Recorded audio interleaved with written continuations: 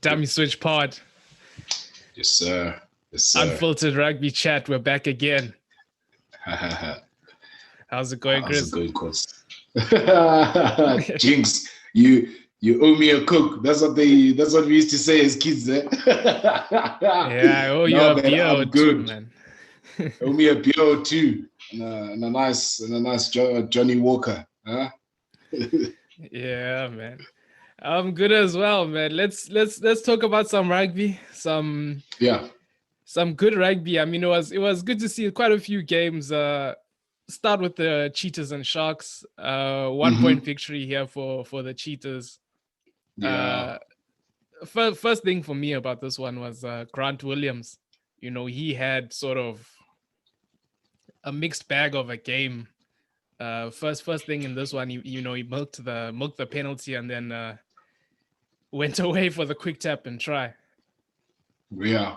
Look, I think you're right in saying mixed bag, but I think in terms of just overall progress, if I'm the Sharks, I'll be happy in the sense that you're starting to see a lot of things taking shape, and you could put it down to them sort of getting their identity or really just sorting out who they are, how they want to play, and understanding their strengths and weaknesses. Because, yes, granted, in that game they fell behind, but the character that they showed, I think that's overall that's the most important thing that the coach will be looking for in this preparation series is the character of the guys. Of course, a lot of changes, a lot of youngsters, some unknown quantities, others and I think somewhat known. That's an important part about this, is that a guy like Grant Williams is getting game time. You've got Hendricks, you've got Nohamba. When is he going to play? So I think this is one of the good things about this competition is giving guys game time.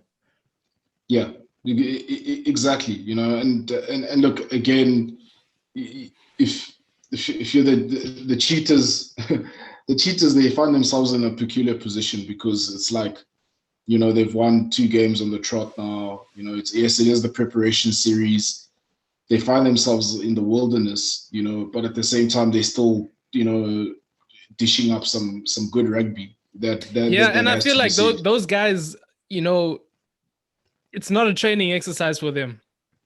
Those guys play every game with the intent to win. You know what I mean? They're not just taking this as, a training exercise. Those guys are really intense about it. And I think even when you look at sort of the guys that they select, these guys are playing like it's a normal competition.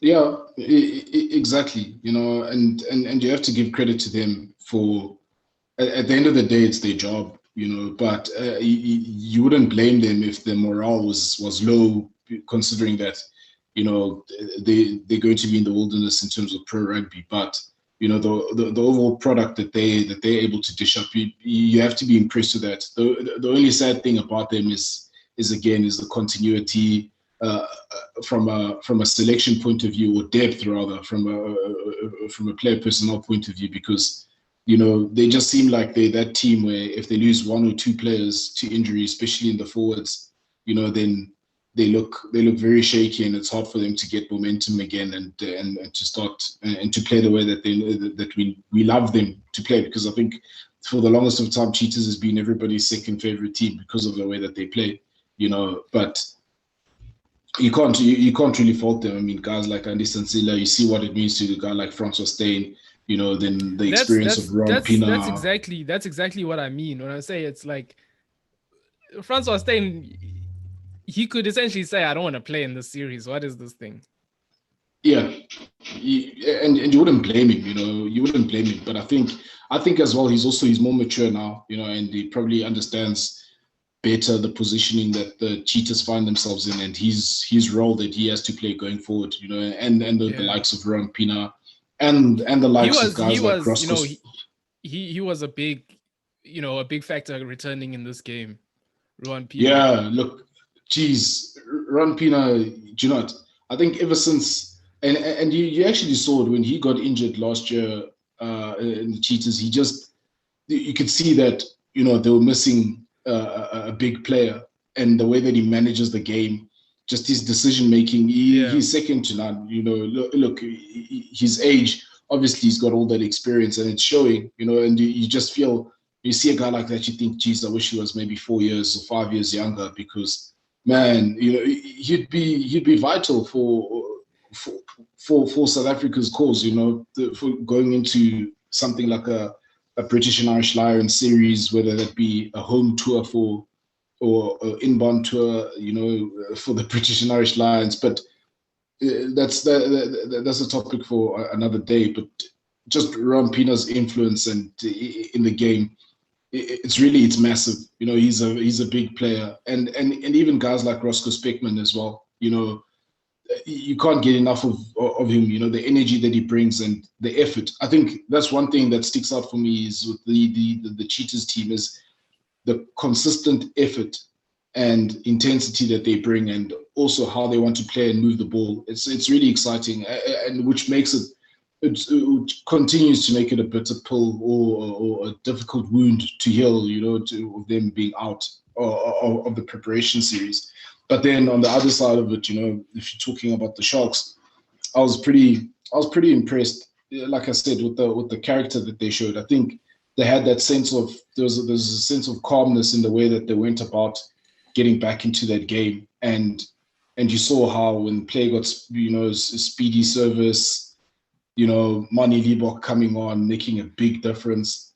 You know, I think a guy like Pepsi Buthelezi as well, again showing his worth at eighth man. I felt that, you know, he had a good game. You know, for somebody that hasn't, that was sort of somewhat out of favor. You know, he's still a youngster. You know, but I felt he showed his worth, you know, in this game. And even a guy like Aphelele Fasi, just for me, I see him. He just keeps on. He's secure at the back. He's just a different kind of fullback, different kind of player, you know. And I enjoyed the fight back. I wasn't too concerned about the result, you know. At the end of the day, yes, you know, wins do build confidence, but I think in terms of the overall picture for the Sharks, the bigger picture, I think they'll be pretty happy with where they are. Yeah, main takeaways from me for this one, you know, it was Pina being reintroduced into the team. We saw how important he was. Speckman gave him a bit of a birthday present there. You know, he did. You know, he also hit back at Grant Williams a bit with his own quick penalty. Nkunu continues to impress against his parents. Pina again, that long pass from the base outside to Chris Smith. I like Chris Smith. I think he's one to watch. Grant Williams, the mixed bag, you know, yellow cards, tries. We can forgive him. He's a youngster, he's enthusiastic.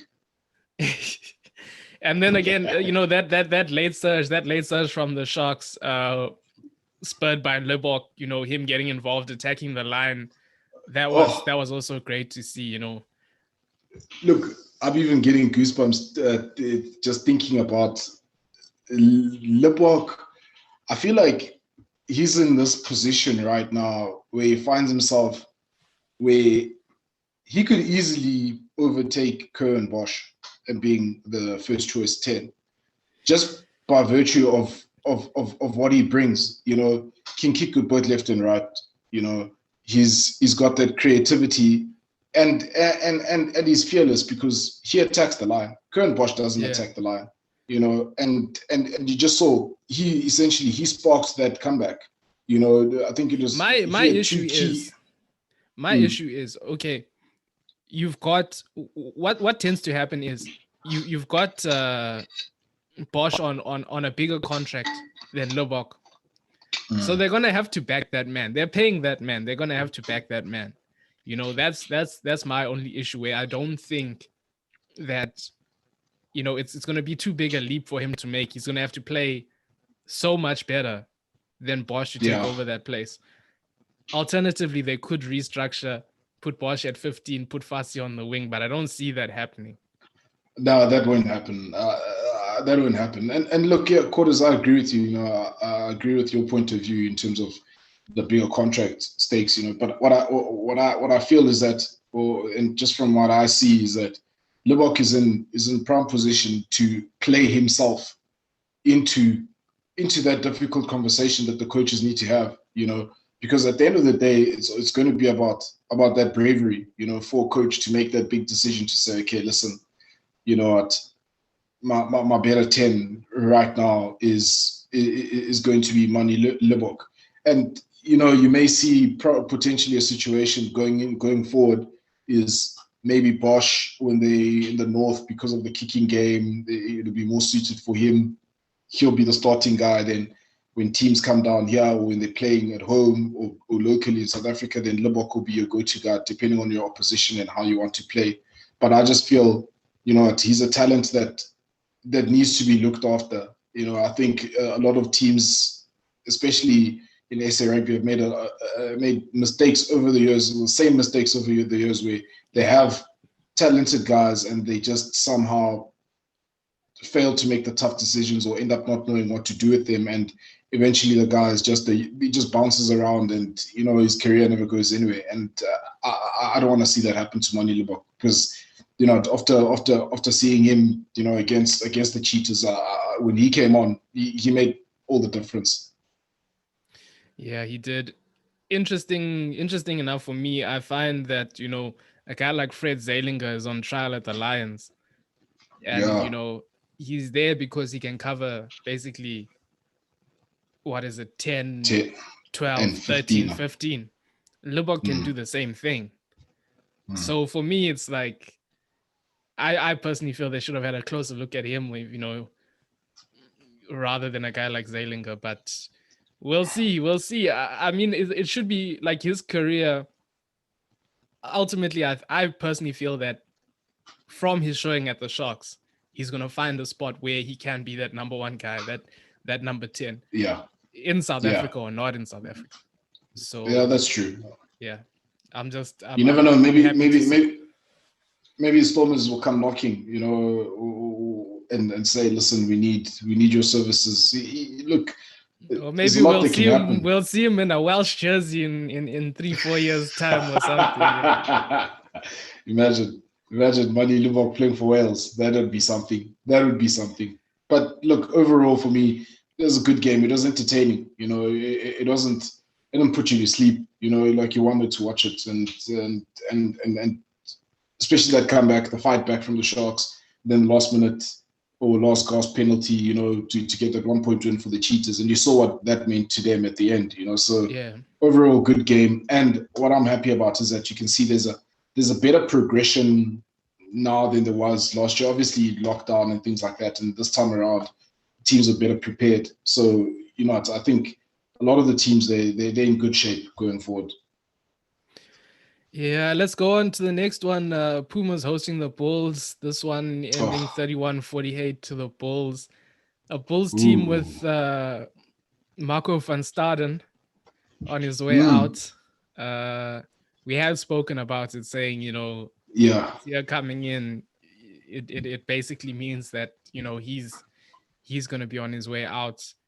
I don't know where he's gone. I haven't seen where he's gone.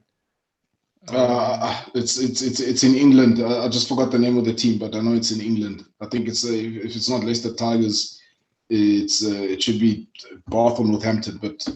But nonetheless, he's gone. Fact of the matter, Eskom, as they affectionately know him in Bulls country, the lights are out for them. So yeah, it is Leicester Tigers. Yeah, it is Leicester Tigers. It's Leicester Tigers. Yeah, it's a big loss. That's a massive loss. But at the same time, you understand the guy. Look, he's capped. As a Springbok, so we know we won't lose him to South African rugby. Hopefully not. Hopefully he can still deliver the performances that warrant his selection.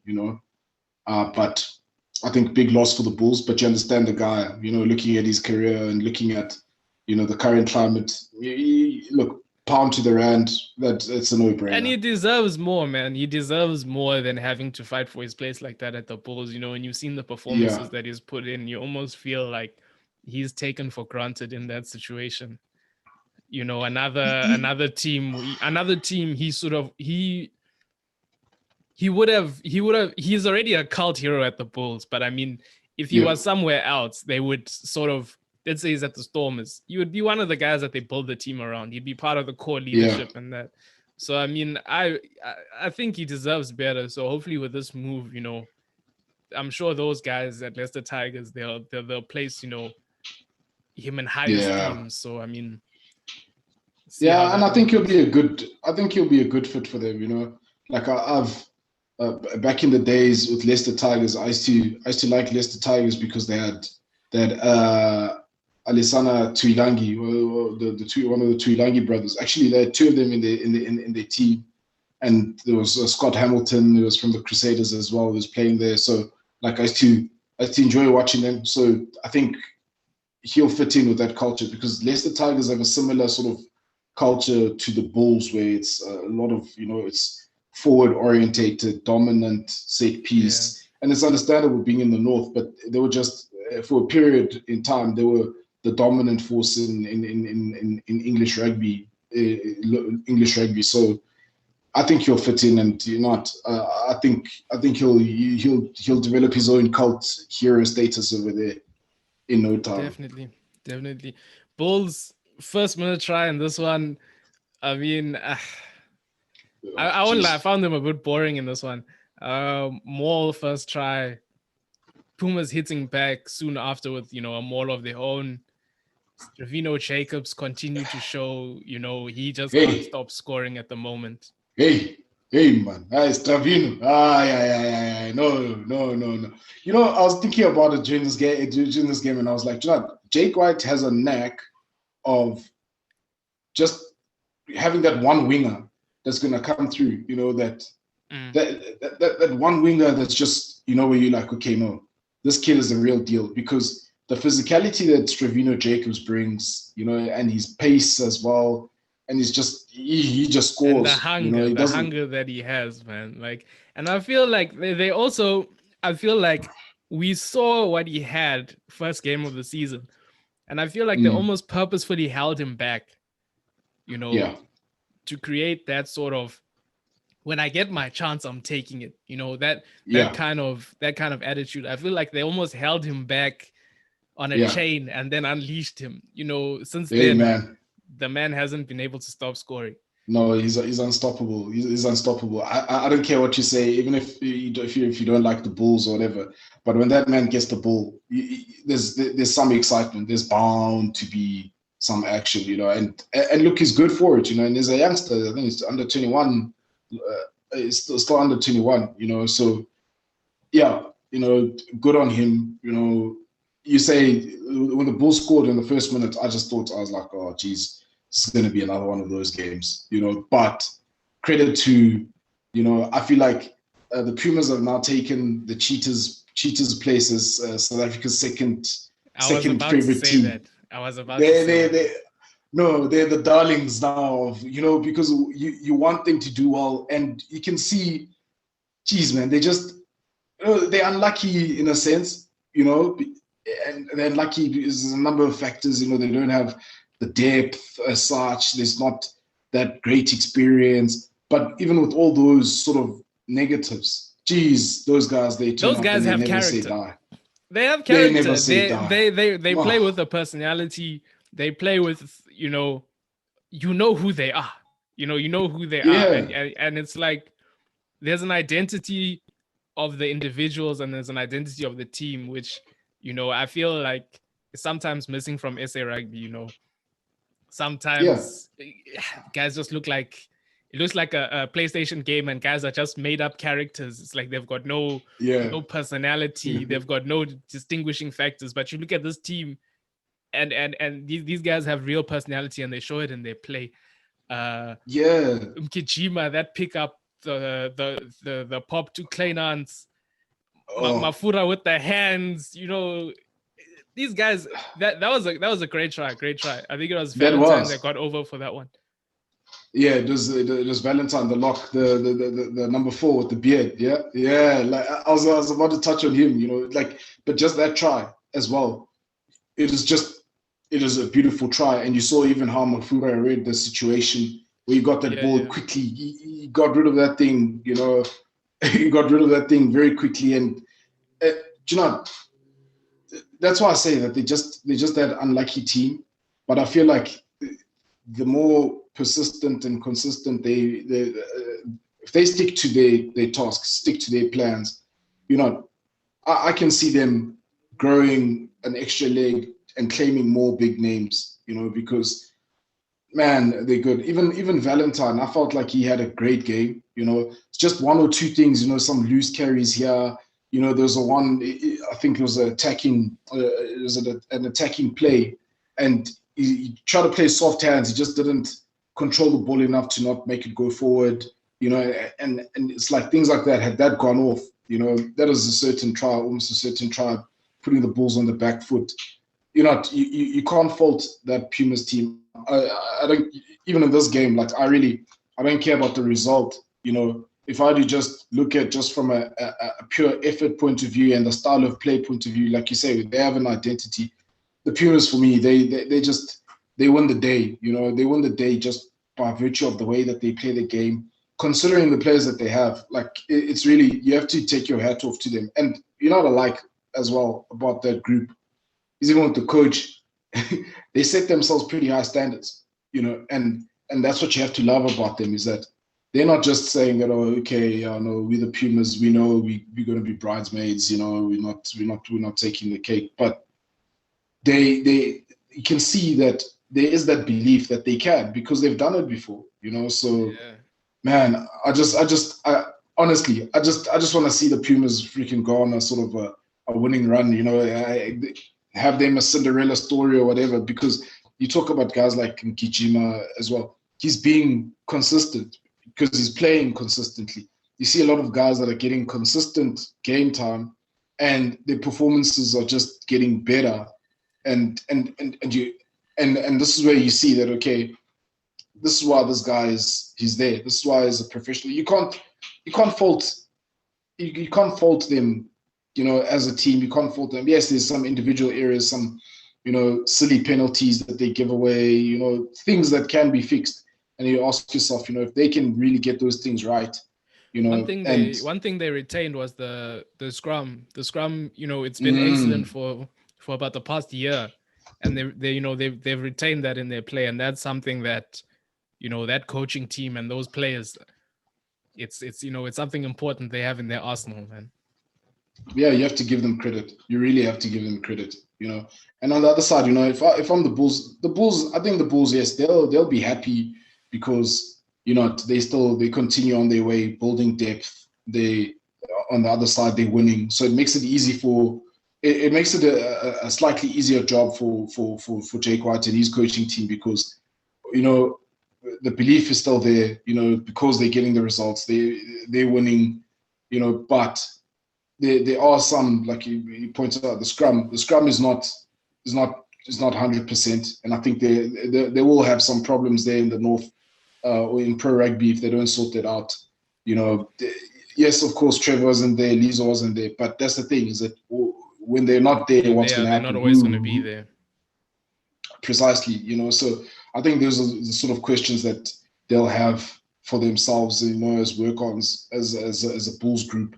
But I think for them, Pierre there was, you know, he's a man under pressure. He's playing for his position. Man, it's coming from all directions. You know, that's Ravino Jacobs' tried was from him working the short side.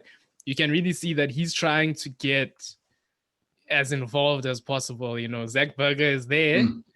I don't think he's been in the match 23 yet, but I think no. He knows he's coming. Yeah. There's that youngster. Is it Jacobs or what's his? Johannes. There's that youngster as well that's also putting in the pressure.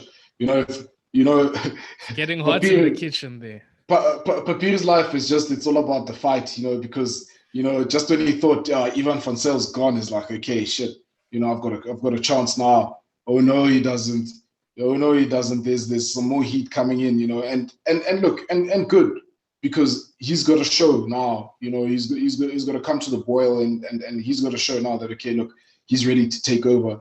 He's ready to be the premier Bulls scrum half, and put himself back into contention for higher honors down the line, but it's got to come from his play. We all know his qualities. He's got the pace. He can deliver quick service, but it's not necessarily always accurate service. His kicking can improve, especially if, we're looking at it from an international rugby point of view. We all know the kicking game, we may not like it, but the kicking game is important for a lot of teams. And if your 9, can't deliver that for you, there's a lot of pressure, so there's a lot.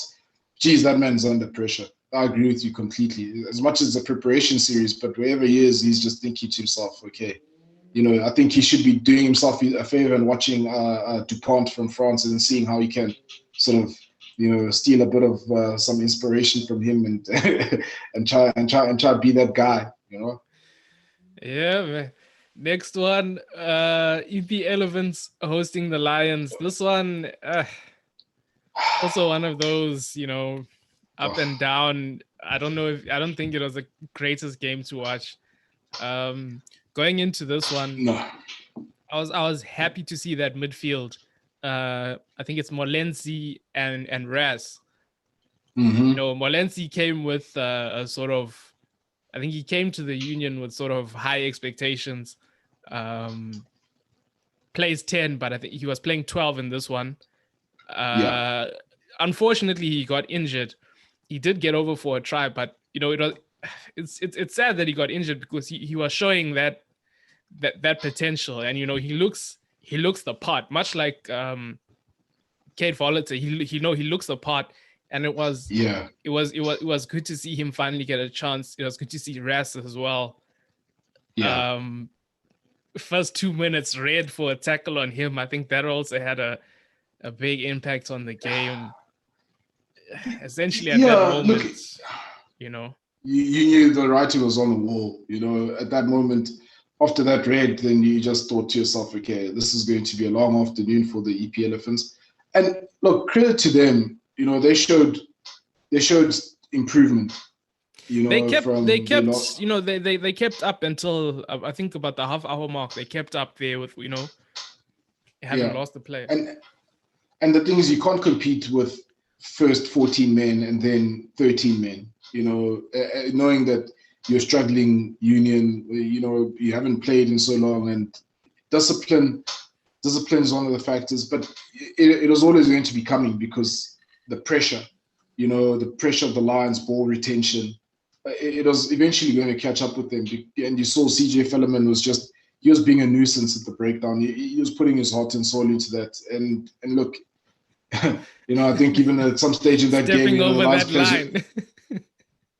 Look, he had to show that fight, and that's all that you can really credit the EP Elephants for, is that they at least continued to fight, and I think they bagged 4 tries. This beard of Lions mistakes, but at the end of the day, you have to take the opportunities that they're given to you, and they took those opportunities. So they've shown they can get points on the board, which is good. They can get on a bit of a roll.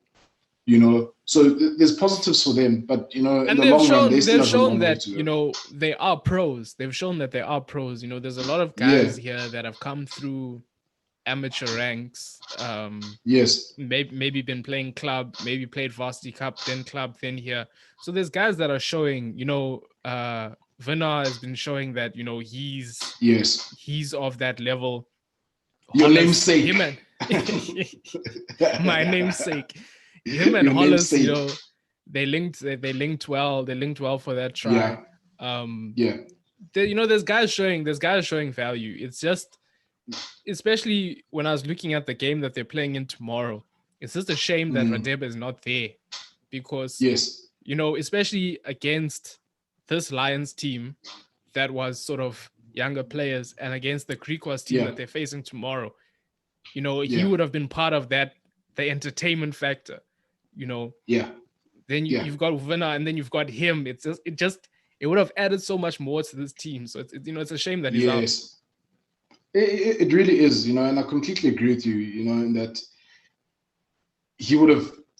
I think from a backline perspective, they would have been able to bring some creativity and and would have seen their attacking prowess. We can't question their effort. We can't question their heart. You know, they've got that. And like you say, they're showing that they are pros. You know, it's a new group, we understand. And it's going to take some time for them. So, you know, we're not gonna slam them or lambaste them, you know, but fact of the matter is that they also need to look at key components of the game, set piece, you know, because they were struggling at scrum time, big time. They were struggling at scrum time. You know, lineouts were on and off. They weren't the best, you know. So special mention to the hooker who had a bit of an acrobatic try there. You know, guys are talking about, was that Crusaders try the best finish? Personally, I place higher value on this one for the athleticism of the hooker. You know, of the hooker. Yeah, no, I agree with you. That Crusaders try wasn't a try, by the way. I'm just saying, he was out. He was out. His foot was on the ground, just touching the grass. But you know, hometown decisions. But you know, the Lions. From the Lions' perspective, I think if I'm the Lions, I'm frustrated a little bit because. But I guess it does happen, you know, where a team goes down a man, and you struggle to actually get going, if you know what I mean, because that's what happened. They struggle. Yeah, you get sucked in. You get sucked in as well. You know, that's also what happens when you've got younger guys. They sort of get sucked into what the other team is doing. Yeah, and that's why you always see guys like Elton Yanchi saying, "We must stick to the processes. We must stick to the process." Yeah, exactly, and that's where the processes come into play, because then, you know, the team and the coaches, they know the way that they want to play. They know how they want to go about it, you know. But credit to them, they, you know, found their way, and the scoreboard at the end of the day that told the story. But at the same time, you know, one thing about that game that I quite enjoyed, you know, you've got Ntlabaganye, you know, you've got Sangweni. When I saw Sangweni played 7. Sangweni at 7, you know, that kid is. I can see him as a Springbok. I remember watching them. The group of players in Ntlabaganye played under 20s, baby box. Sangweni as well played baby box as well. I think they all played in that same year, you know, and it's good to see them getting that taste of sort of senior rugby, the bigger stage. And Sangweni, for me, I thought he was massive, you know, and he's a big boy. And I was just thinking to myself, geez, South Africa is just turn flank, much like you know, that sort of Peter Steff role. Yeah, and I was just thinking to myself that, geez, you know, South Africa, we're blessed. You know, we're so blessed with loose forwards, with tight forwards. We're really blessed with the amount of talent. And that's why I say, like, yes, you know, we can all, you know, lament the fact that, you know, the rand is weak, you know, the European currencies are better and things like that. The players will go for greener pastures. But I think with preparation series like these, where the youngsters are getting sort of that exposure to that sort of first team or senior rugby at that level, I think it only bodes well for our future as South Africa. And on top of that, you know, something that I won't be shy to talk about, you know, from a transformation perspective, the amount of black players or players of color that are coming through, especially for the Lions. As a Lions supporter, the last 3 tries, it's something that we tend to sweep under the rug, but it's good to see. Yeah. It's good to see.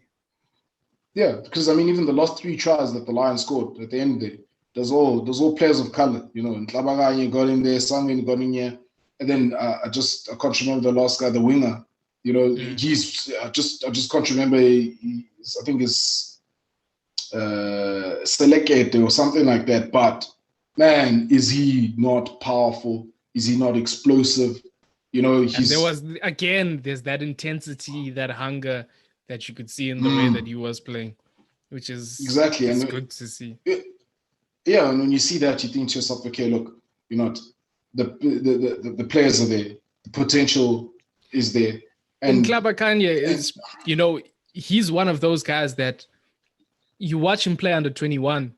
He looks, he's out of their league, you know. Yeah. So I think it's interesting, especially to see that Dylan Smith has, they've just, Yes. they've decided to go our separate ways. Not you, it's me.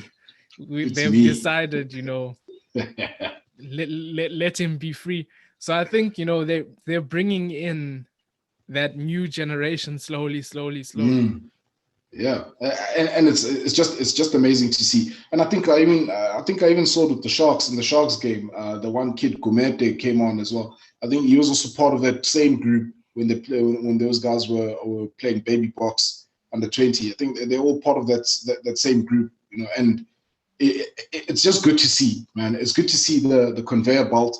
Now we're actually seeing that conveyor belt coming through and bringing the talent through, and it's just a matter of not getting these guys playing at that higher level. I just look, hats off to the Lions. We saw it, with, yes, it's a preparation series, but we saw it with giving the coach, Mzwaki Nkosi saying, okay, you take the reins, and he's bringing in these youngsters that he's coached, that he knows as well, so it's just, I think it's progress all around. It's been slow progress, but we're getting there, we're getting there. And EP, unlucky, yes, in this game.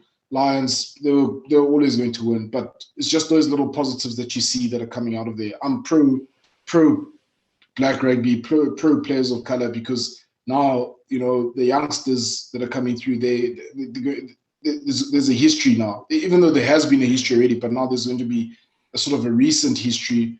There's names that kids can associate with, Manny Russ. I mean, Manny Russ from Paul Boys. When you were still at Paul Boys, we've seen him play there. We've seen him play Western Province. We've seen those guys come through, even junior box as well. Now they're getting the chance at senior rugby.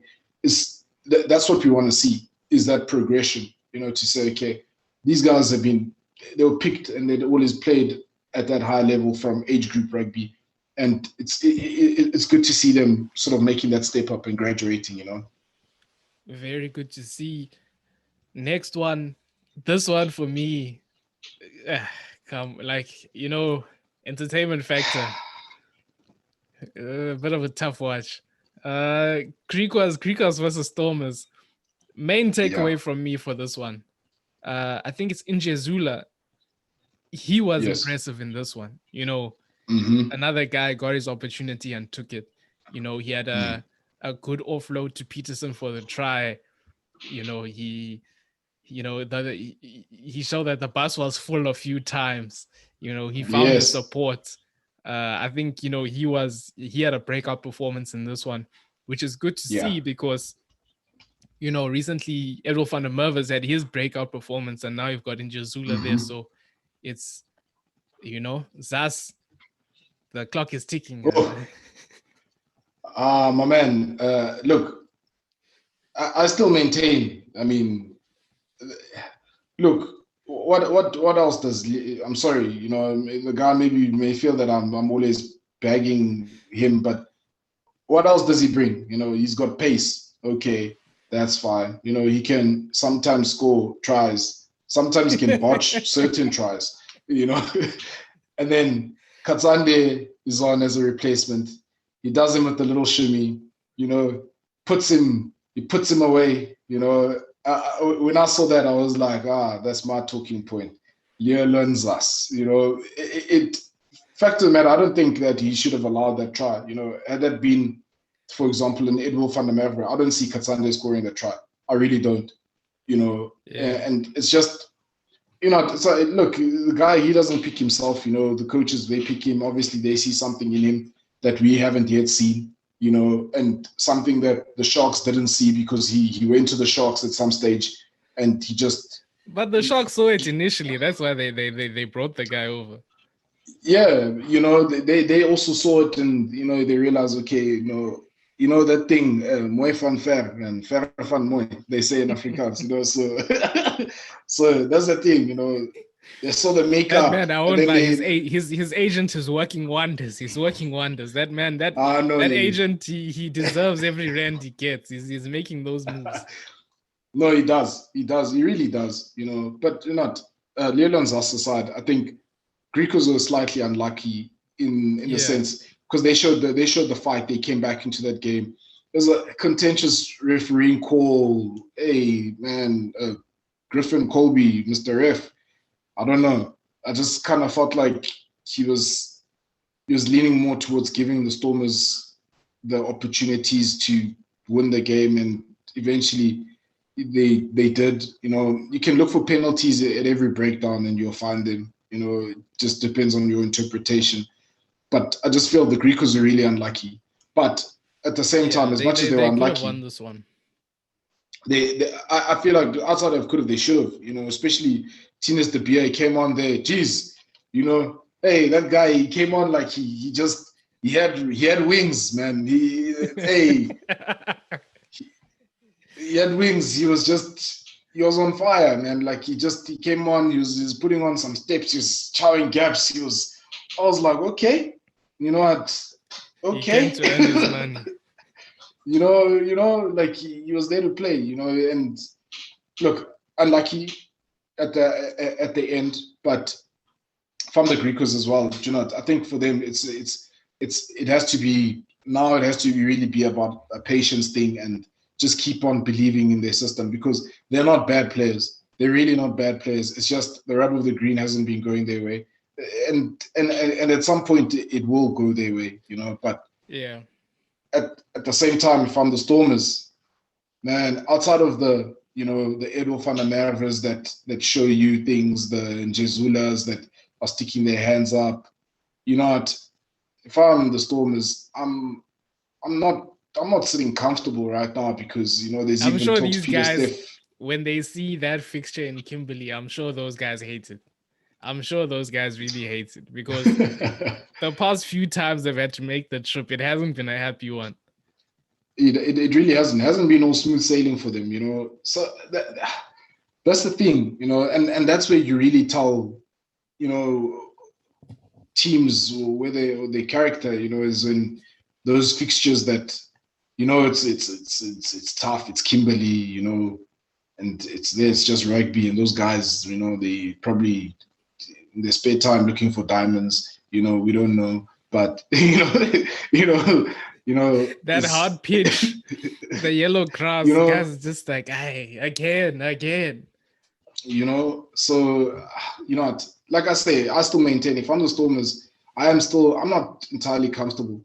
You know, you get reports Peter Steff maybe looking to go to Japan and things like that. You know what? If they lose, for example, like a Peter Steff, they do find themselves in a big spot of bother as well. You know, but yeah, I feel it's a leadership thing from the top going down. And you wonder,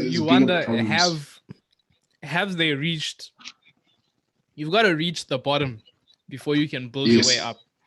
So you wonder, have they reached the bottom, or can this thing still get worse? No, I feel they're going to hit the pits. They will hit the pits very soon, because if you think about it, for over the past couple of seasons, with the past couple of years, they've been underachievers. You know, where they'll be like semi-final here, you know, knockout, conference champion, but still no silverware. You know, and I don't feel they haven't hit the bottom where now it's played 11, 1-0. You know, they haven't felt that yet, and I think they're still going to feel it. With, you know, so I think that's what's going to happen.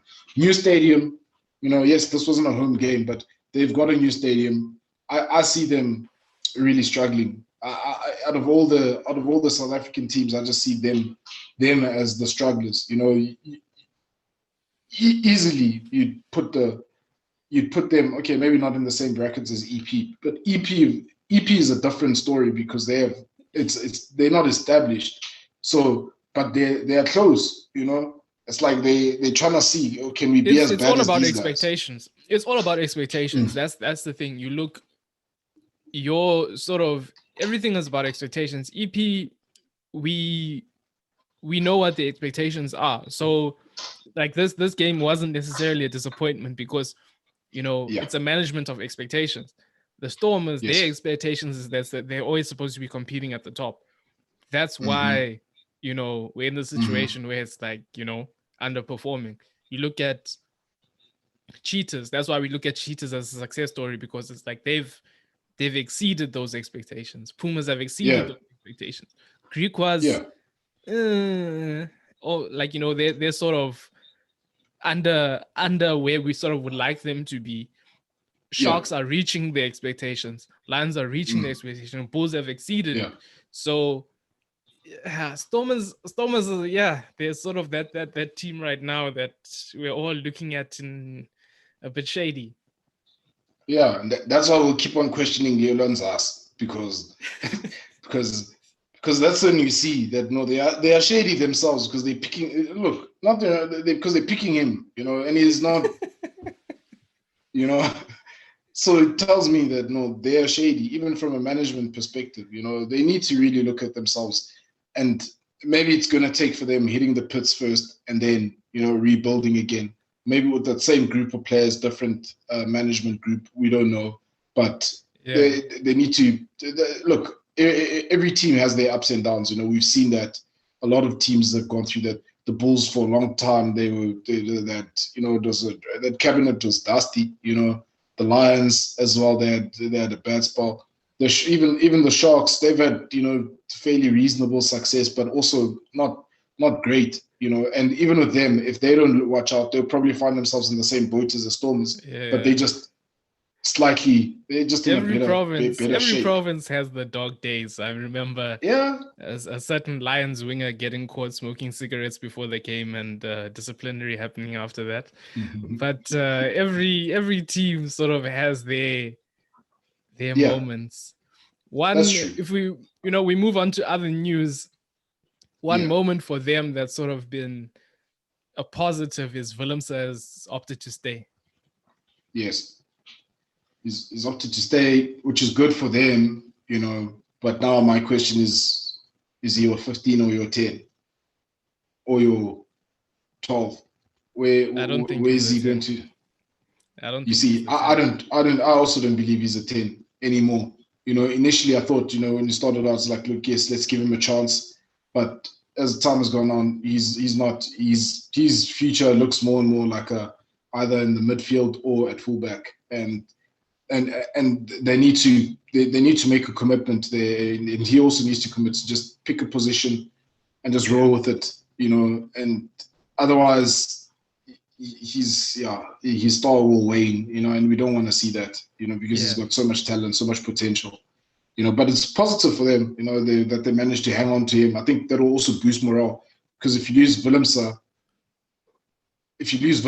then, you know, a lot of other guys, you know, the rumors, the start, you know, the mutterings and the whispers in the change room, like, no, I also want to go, you know, you know, I also want to go. Next thing, say Jill's also like, no, Willemse's my friend, I want to go, you know, things like that. It happens. So it's good that they managed to keep him, I say. But I'm still, if I was them, I'd still be concerned that Peter Steph, there's those, you know, rumors that he may be looking to go to Japan. I'm not too concerned about that one, because, I mean, you know, it's a situation where clean slate. Let's get those older guys out of here. Let's start again with a new leadership group. Let's start again with a new sort of core. Younger player. I think that retaining Willemse was important, because he can be a part of that new thing. And I feel like get Volata to play 10, get Willemse to maybe play 13. You know, there's guys like Geland. It's a new leadership team. It's a new situation. You know what I mean? And fresh start, man. Fresh start. Get a fresh identity as well. You know, give guys like Murat. I think Murat, he knows how to lead. You know, we've seen him. He's been part of successful. That's a guy that's probably been captain since primary school. He's one of those guys that just every single. And I think it's high time that he also, you know, obviously clearly they've been backing him, giving him more games, but he also needs to back himself and also step up. You know, and I think that's what they need, because let's be honest, you know, guys like, not in a bad way, but like guys like Skara, you know, Skara and Tubeni, I think, you know, injuries have really held him back, held his development back. He's at the moment, he's not necessarily a big factor. But then you look at guys like Chad Solomon as well. It's just I don't know. I don't know why he's there as well, because I don't see his value. I really don't. Alistair Mark, another guy as well. It's like, okay, he's good enough, but he doesn't bring more. He's good enough to be a pro. The only guy for me is I'd want to hold on to Mbonambi because yes, of course, he's massive for that team. Of course, he's massive for that team, and I think especially with Kolisi leaving, I feel like he's one of the guys that they should retain. Other than that, I'd say start again, fresh, start again, start it all over. Yeah, because the thing is, I think also that familiarity breeds contempt. Is that the saying, right? Because John Dobson, he knows most of those guys. He's coached them, some of them from UCT, coached them under 21, so it's easy to just say, okay, I know this guy, I know this player. And it becomes a conflict, an internal conflict for a coach to make that tough decision to say, okay, I have to leave this guy out. I have to cut this man because he's not fitting into the plan, if there is a plan. I must add if there is a plan. Yes. Other news, Lions, Daimani returning.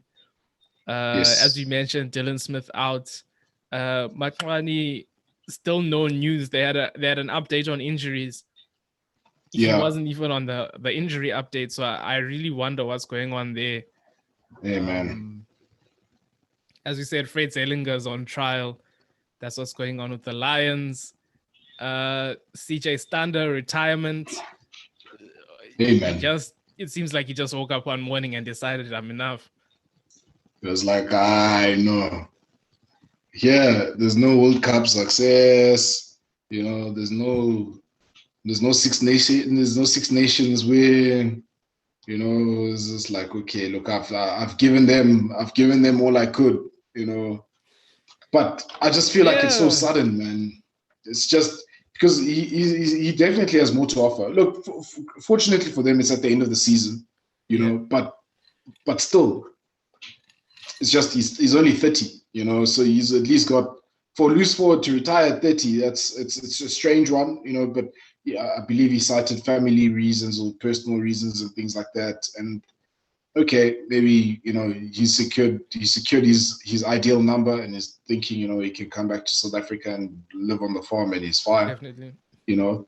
Maybe Peter de Villiers can pull a magic rabbit out the hat next year and convince him to come to EP, and say, look, there's no pressure here. Just you never know, because I think he's from that region, isn't it? It's from the SWD. Yeah, SWD. Yeah. So yeah, it's close enough, isn't it? It's close enough. I'm not sure about that one, but I mean, you've seen guys already. I mean, I've seen guys say already, potentially Western Province, this, that, and the other, sort of speculating. I don't know. I don't know. There's guys already saying, yeah, but what if he comes back, but he only plays home fixtures? I don't know. Guys are already speculating on that. They've got a company here that sells Boerewors, him and Louis Ludik. It's doing quite well, actually. Yeah, so, I've heard about that. Interestingly enough, he's got a business this side, so I do wonder. It's going to be SA Rugby's preferred supplier for events. He's definitely my preferred supplier here in Ireland. So, oh, yeah? I wonder what's going to happen with him. Other news, game tomorrow should be entertaining for EP Griquas. It's more, as we talked about expectations, it's sort of more on that, on their level and against a team that's sort of maybe underperforming in terms of expectations. Again, Radebe would have been good in this one. A few changes. Fairs at 15. He was part of Craven Week team that had Cohen Bosch. Mm-hmm. So, it should be good to see him. I've rated him. Greek was 13, 14, 15. You know, some exciting players: Hasner, Kasende, Banda. You know, I'm interested in this one. I want to see how EP perform. Yeah, But yeah. I don't know what your take is, but it should be an interesting one. Look. I think if I'm Peter de Villiers, this is the one game where you can say, okay, look, Griquas haven't had the best of luck. This is a game that you could target to say, okay, let's try and let's try and win this game. Realistically speaking, let's try and win this one, and take advantage of the fact that these guys haven't tasted success in a long time as well, and that should be like your sort of top target. What you can settle for in terms of second is progression in terms of the play, overall from a set piece perspective, breakdowns, discipline, all those things that let them down. They can see progression there. Then, I think they'll be happy with where they're going. Then, from a Greekers perspective, this is the one definitely that Scott Matthew will be like, look, we have to win this one. There's if the Greekers do not win this, then I think the belief from the players in what they're doing is just going to they're going to find themselves confused. But I don't see the Greekers losing, to be honest, at the end of the day, because I think by virtue of them having had more games over time, being together longer and things like that, I just see, they should. I don't see them losing either. But I do feel like, as you said, it can be a rude awakening to as where anything you thought can you happen. were and where you are. Yeah, anything can happen. So let's not discount EP. We won't bash them, because we understand their situation. We can bash like Stormers and Leland's ass. I'm sorry, Leland's ass. Yeah, you're just that guy. Yeah, unfortunately, that's that's it for that's it for this episode. Any concluding remarks from you, Chris? No. I'm all look. I'm just glad that we keep getting some rugby. Let's see good progression in all the games. Let's prepare well during the series. That's all. And that's it from us. Thanks for watching, guys. Subscribe to our Instagram. Keep watching, and thanks. That's W Switch Pod out.